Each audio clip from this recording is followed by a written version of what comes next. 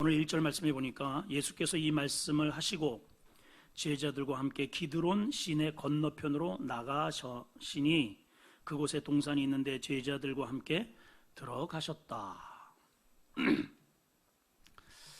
1절 가운데 두 가지의 동사가 소개가 됩니다. 하나는 예수님께서 나가셨다. 그리고 예수님이 들어가셨다. 한번 따라합시다. 나가셨다. 들어가셨다. 이게 핵심이에요.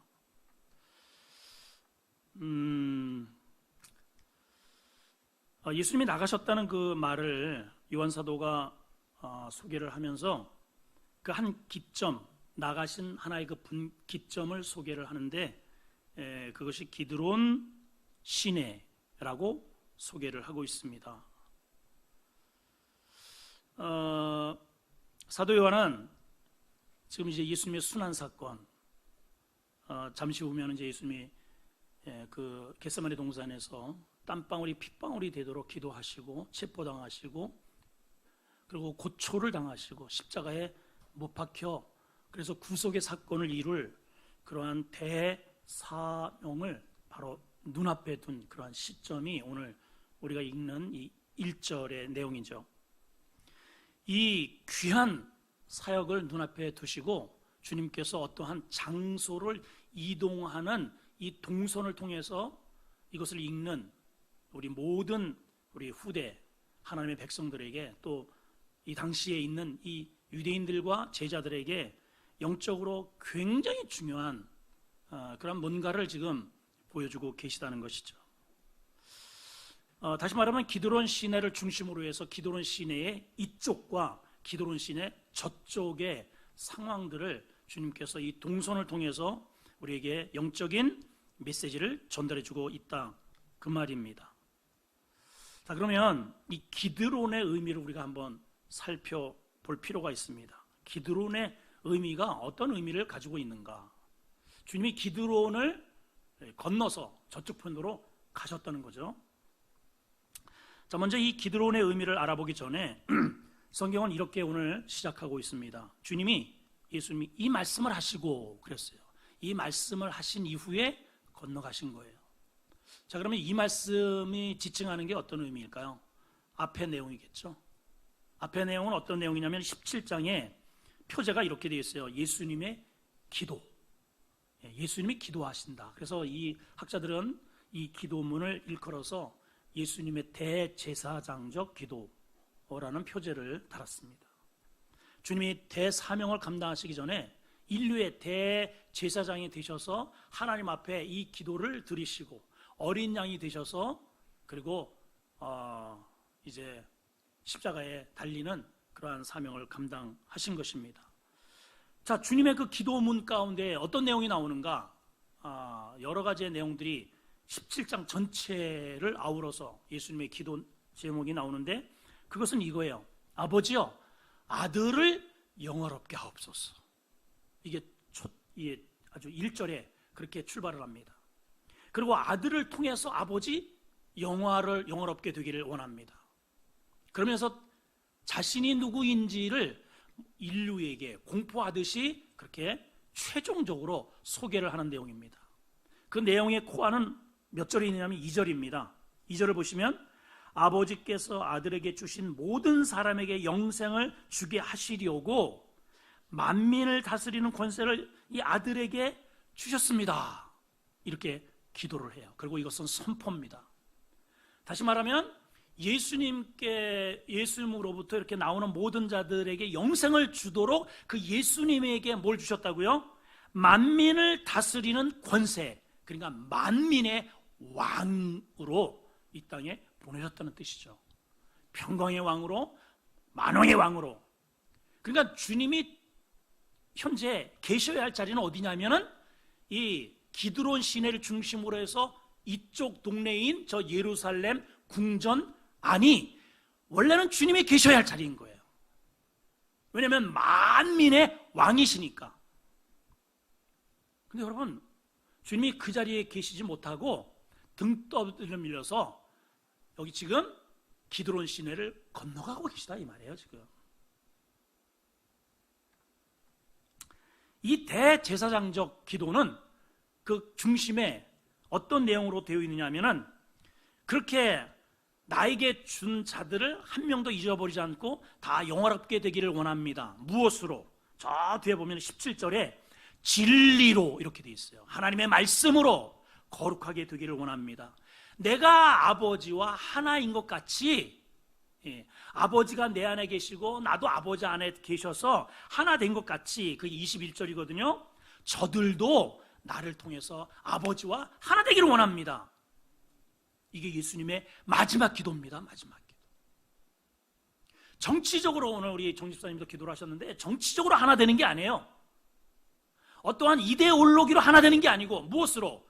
진리로, 말씀으로 아버지와 하나 되어서 뭔가 주님께서 그렇게 하나 되는 우리에게 굉장히 중요한 마지막 우리에게 선물로 주시고자 하는 은혜가 있다는 것이죠.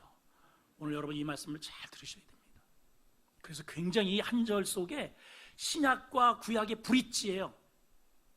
이 권력이라고 하는 이러한 구도와 이 산이라고 하는 구도 속에 굉장히 중요한 이 브릿지가 역할을 하는 게 오늘 1절인 것입니다. 자, 그러면 이 기드론이라고 하는 의미가 어떤 의미를 가지고 있는가 한번 몇 가지 살펴보겠습니다. 첫째는, 이 기드론은 어떤 의미를 가지고 있느냐? 저항하는 세력들이라는 거예요. 저항자들입니다. 저항자들.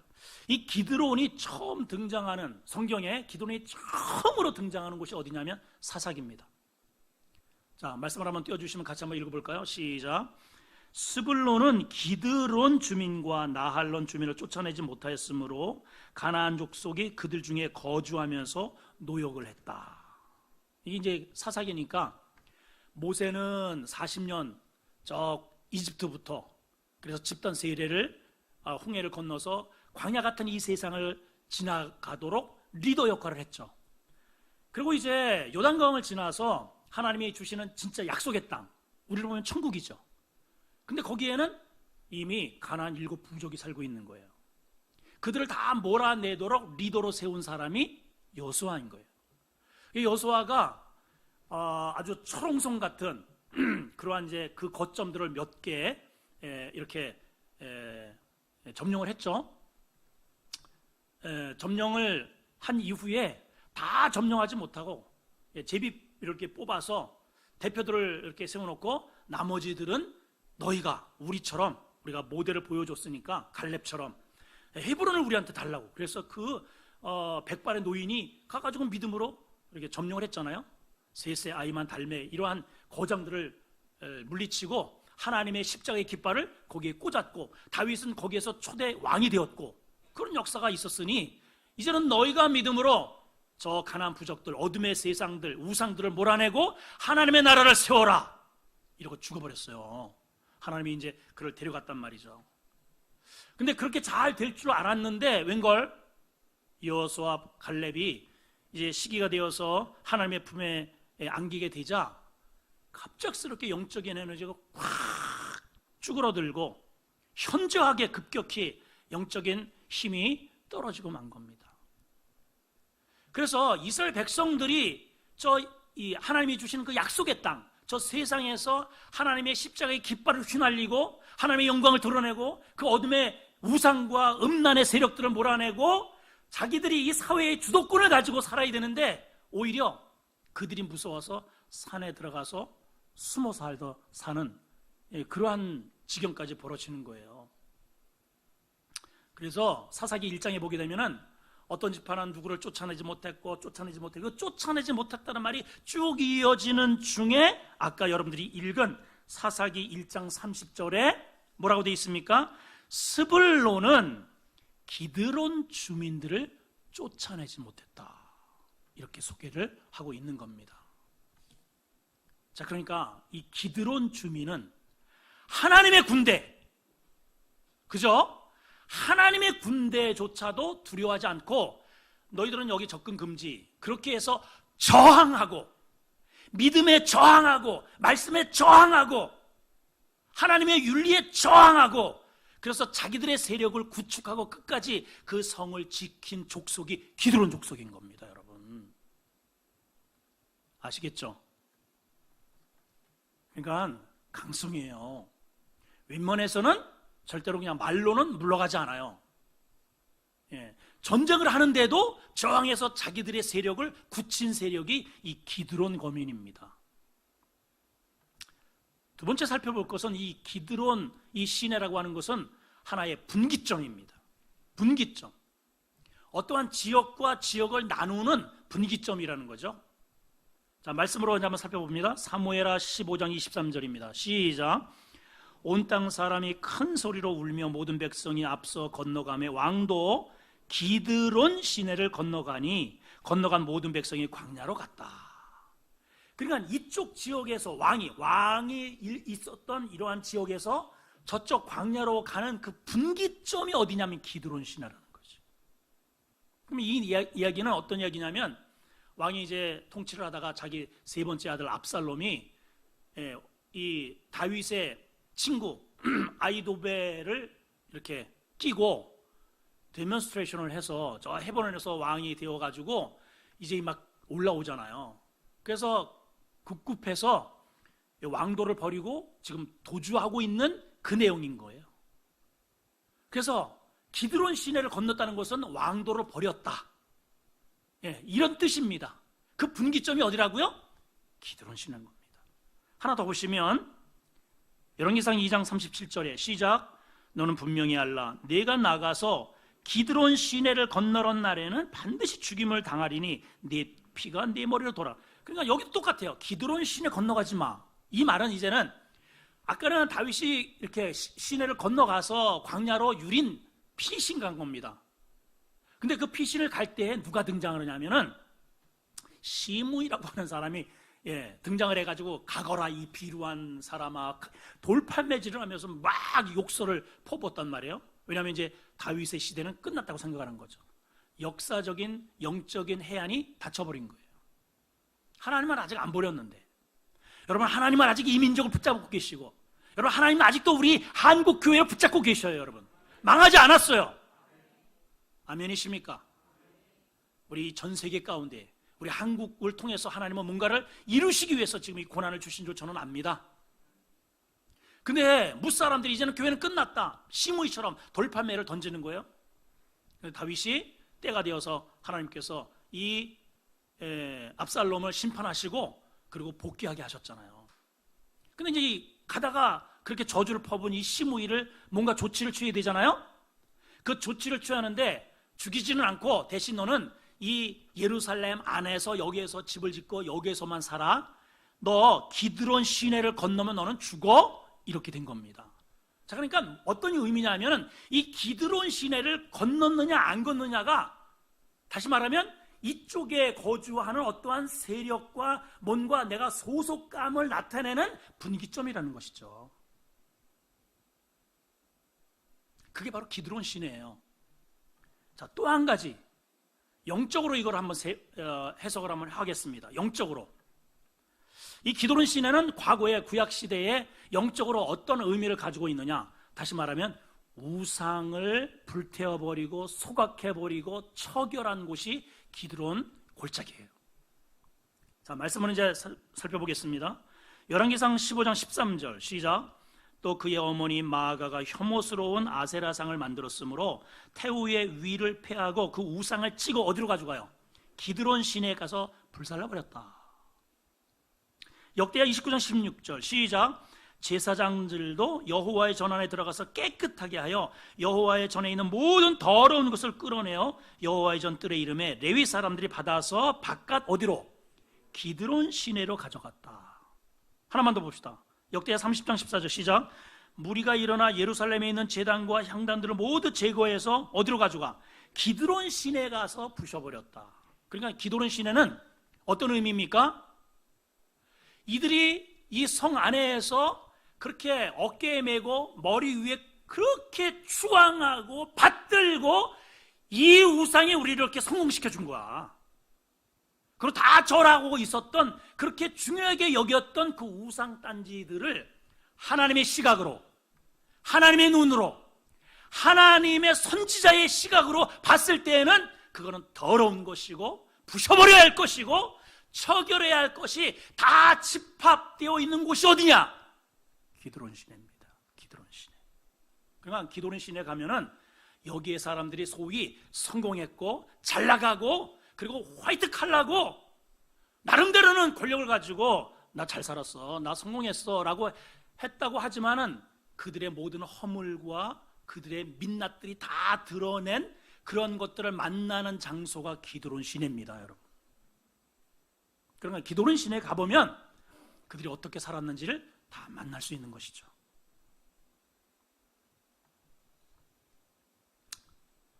자, 두 번째입니다. 사람들은 다 이 기드론 시내를 건너서 이 성 안으로 들어오고 싶어 해요.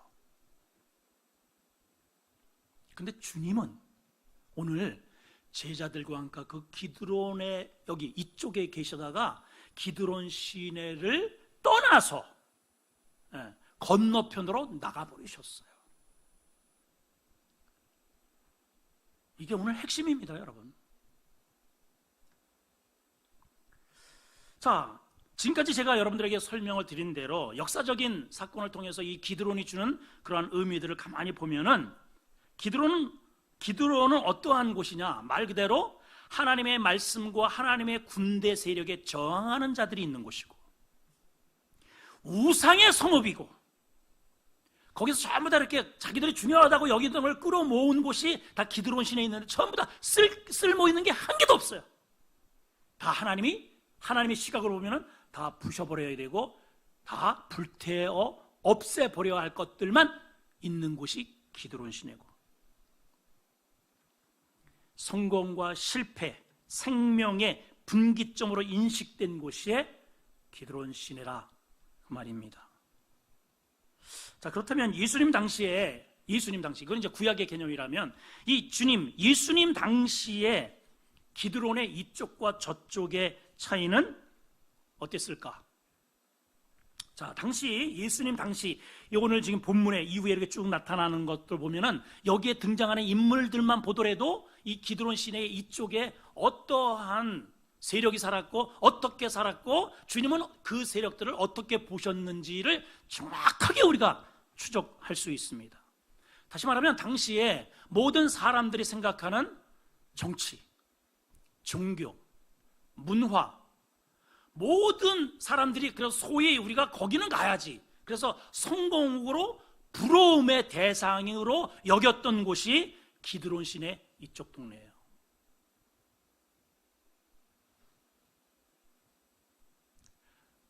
거기에서 왔다 그러면 다 사람들이 부러워합니다. 거기에서 좋은 자리에 있다 그러면 어우 박수 쳐줍니다. 거기 출신이라 그러면 다 인정해 줍니다. 다 인정해 줘요. 그래서 여기에는 대제사장이 계시고요, 서기관들, 바리새인들, 로마 총독 관저가 있고요, 대제사장 장인 안나스가 있고요, 가야바의 관저가 있어요. 사람들은 다 감히 우러러보지도 못합니다. 더군다나 거기는 그들이 그렇게 자랑스럽게 여기는 율법을 가지고 또 그들 특권을 가지고 하나님을 믿는다고 하는 그러한 금돔으로 그렇게 만들어진 화려한 성전이 거기에 있습니다. 거기를 들어가려면 문을 몇 개를 이걸 넘어야 되는지 몰라요.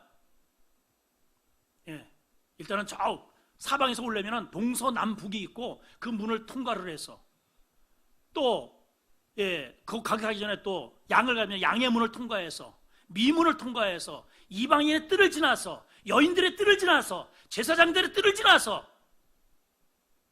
그리고 성전 앞에 다시 번제단과 물두멍을 지나서 성소를 지나서 그래야 비로소 지성소 하나님을 만나요. 단계가 보통 복잡한 게 아닙니다, 여러분. 거기에 하나님이 계셔요. 그리고 계시다고 그들은 아주 그냥 얼마나 자랑스러워하는지 몰라요. 근데 주님은 거기를 등을 돌리고 떠나고 계시네요.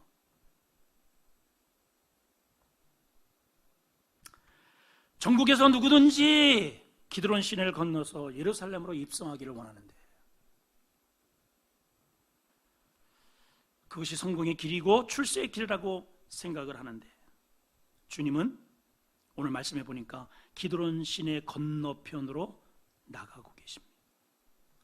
그리고 한 동산으로 들어가셨다라고 소개합니다.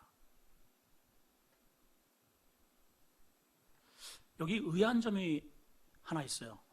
제가 보니까 의아한 점이 하나 있어요. 요한 사도가 이 동산의 이름을 몰라서 이 동산이 어떤 동산인지를 기록하지 않았을까?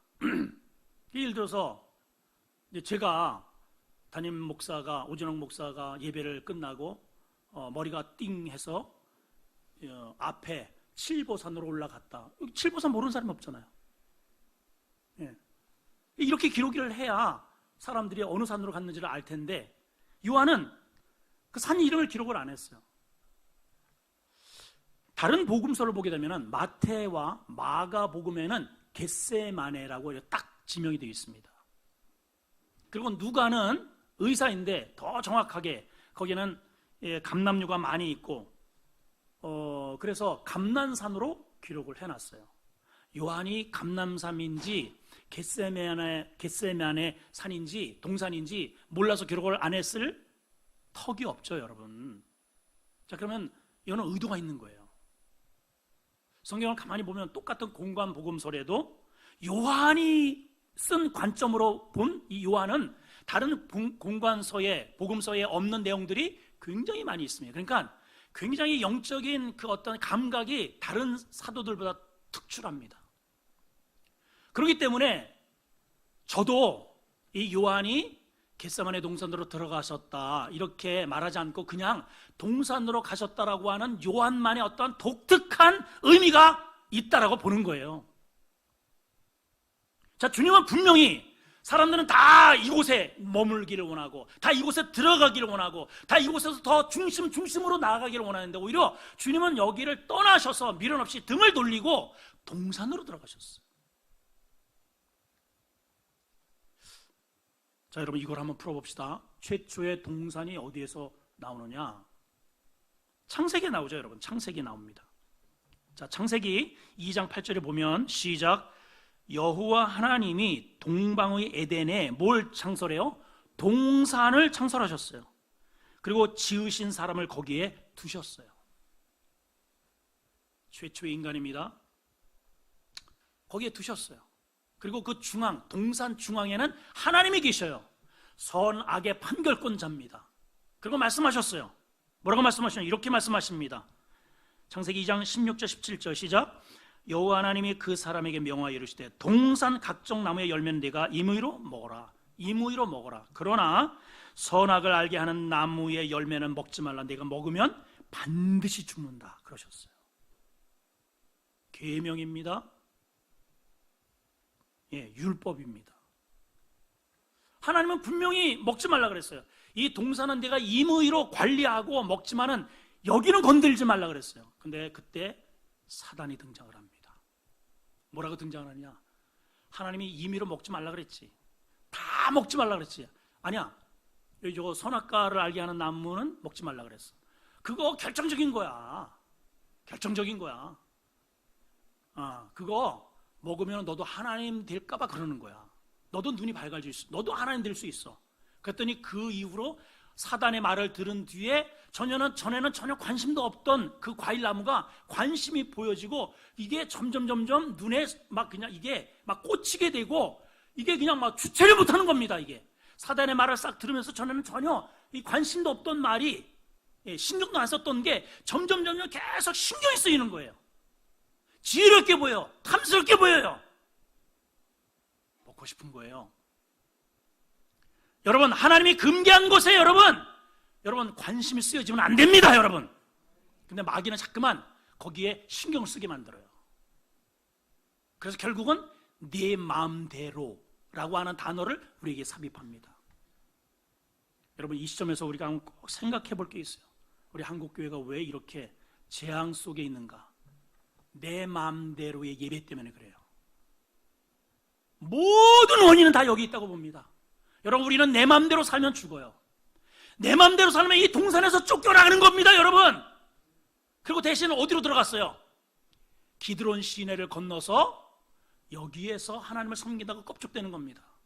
근데 하나님은 여기 안 계셔요. 실제로 주님은 지금 여기에서 등을 돌리고 계시잖아요. 여러분, 이해가 되시는 겁니까? 지금 바로 이 내용을 하는 거예요. 이 내용을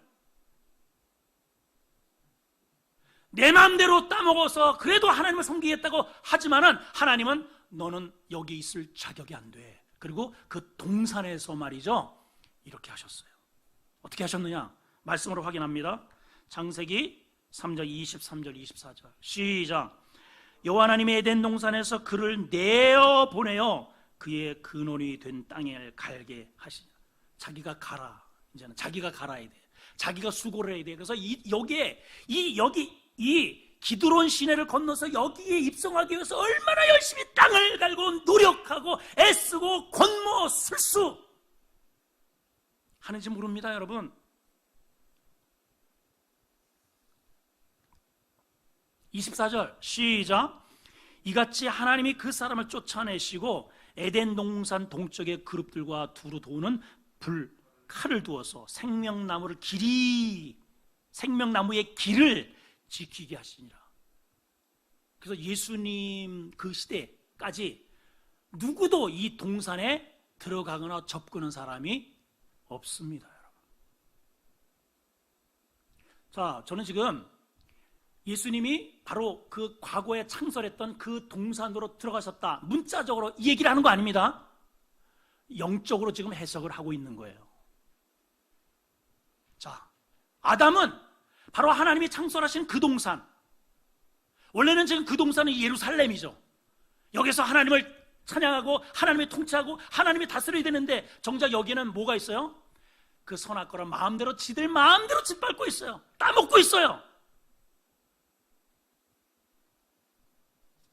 말씀은 들고만 있지만 말씀은 외우고 있고 들고 있고 말씀을 많이 한다고 자랑하지만 그 말씀에 절대로 순종하지 않는 아담 궁상들이 그 자리를 지키고 있는 겁니다. 주님은 거기에서 등을 돌리셨다니까요. 그리고 기드론 시내를 건너가셨어요. 그리고 기드론 시내를 건너가시면서 그 우상, 이들이 그동안에 하나님을 잘 섬겼다라고 뻥뻥 큰소리 쳤던 그동안의 역사 속의 우상들이 무수히 쌓여있는 그 골짜기를 보시면서 지나가셨겠죠. 그렇지 않습니까, 여러분? 여러분, 성경에 많은 이들이 여기 좀 등장을 하는데 거기에 여기 안나스라는 사람이 등장합니다. 안나스는 사실상 퇴역한 제사장이에요. 안나스는 지금 힘이 없어요. 은퇴를 했는데 은퇴한 사람이 무슨 힘이 있겠어요. 근데 여러분, 예수님을 나중에 이제 잡죠. 이 동산에 와서 잡아가지고 첫 번째 간 사람이 누구냐면 안나스한테 갑니다. 여러분, 왜 그런 줄 아세요? 안나스는 하나님을 제일로 최고로 하나님을 잘 믿어야 할 대제사장이잖아요. 근데 안나스가 다 제사장을 무얼로, 어떤 식으로 제사장이 되어 있느냐? 로마에 친탁을 해서 전부 다 로마 황제에게 돈 갖다 바치고 자기도 네 아들이 있는데 큰아들도 둘째 아들도 셋째 아들도 넷째 아들도 전부 다 돈 먹이고 그렇게 해서 제사장을 다 시켜버렸어요. 더 이상 이제 시킬 아들이 없으니까 이제는 누구한테? 딸이 있잖아. 딸. 그 딸 사위 가야바한테 더 많은 돈을 먹이고 그렇게 해서 대제사장을 시켰어요. 그래서 여기 그 뒤에는 가야바가 나오는 거예요. 가야바가 누구예요? 장인이 누구예요? 안나스예요. 어떻게 해서 제사장이 됐어요? 돈 주고. 제사장은 제사장이에요. 그런데 하나님과 전혀 관계없는 제사장이에요. 그리고 그들은 어깨에 힘을 팍팍 주고 있는 겁니다. 주님은 이러한 예배에, 이러한 성전에서 등을 돌리신 겁니다. 그리고 기드론 골짜기를 건너서 동산으로 들어가셨어요. 누구를 데리고? 그동안에 3년 동안 그물을 버리고 사람들은 아이고 저런, 아니 나사렛 어디에 촌동네 누구 하나 만나더니 좀 미쳤구나, 미쳤어. 그 오죽 열받으니까는 자기 베드로의 장모가 10병이 났을라. 그 의중이 뜨중이들을 데리고 3년 동안 여기저기 다니면서 하나님의 나라를 보여주시고 친히 말씀하시고 가르치시고 산산수훈으로 여러 가지 사건을 통해서 내가 메시아다, 내가 메시아, 내가 바로 저 에덴 동산의 그 선악과의 중심에 있었던 하나님이다 라는 것을 이 제자들에게 알려주신 거죠. 그 알려준 제자들과 함께 들어가시는 거예요. 여러분, 오늘날 그 동산에 누가 들어가요? 기득권자예요? 힘 있는 자예요? 세력자예요, 여러분? 아닙니다. 아닙니다. 주님의 제자들, 예수 그리스도의 보혈과 그 은혜를 믿는 저와 여러분들이 들어가는 거예요. 아멘이십니까? 많은 사람들이 하나님을 믿어도 여기에서 믿고 싶어 해요. 기드론 시내를 건너가기를 거부합니다.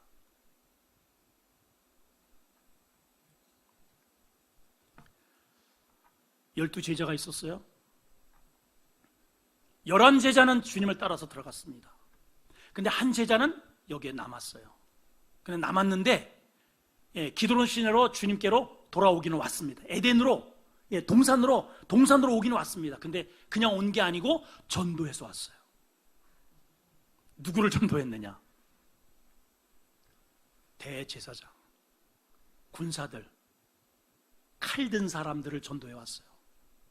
그리고 그들을, 예수님을 잡아서, 그 동산에 있는 주님을 잡아서 이곳에서 그들의 힘과 권력과 그들의 가지고 있는 그러한 정치적, 군사적 그러한 힘을 이용해서 예수님을 죽인 장소가 이곳입니다. 이곳.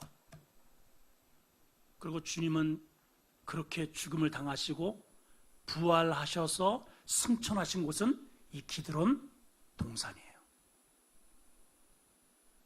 주님은 평소에도 사실은 예배는 여기서 드리고 싶었어요. 사실은 주님이 여기서 동치하고 싶었어요.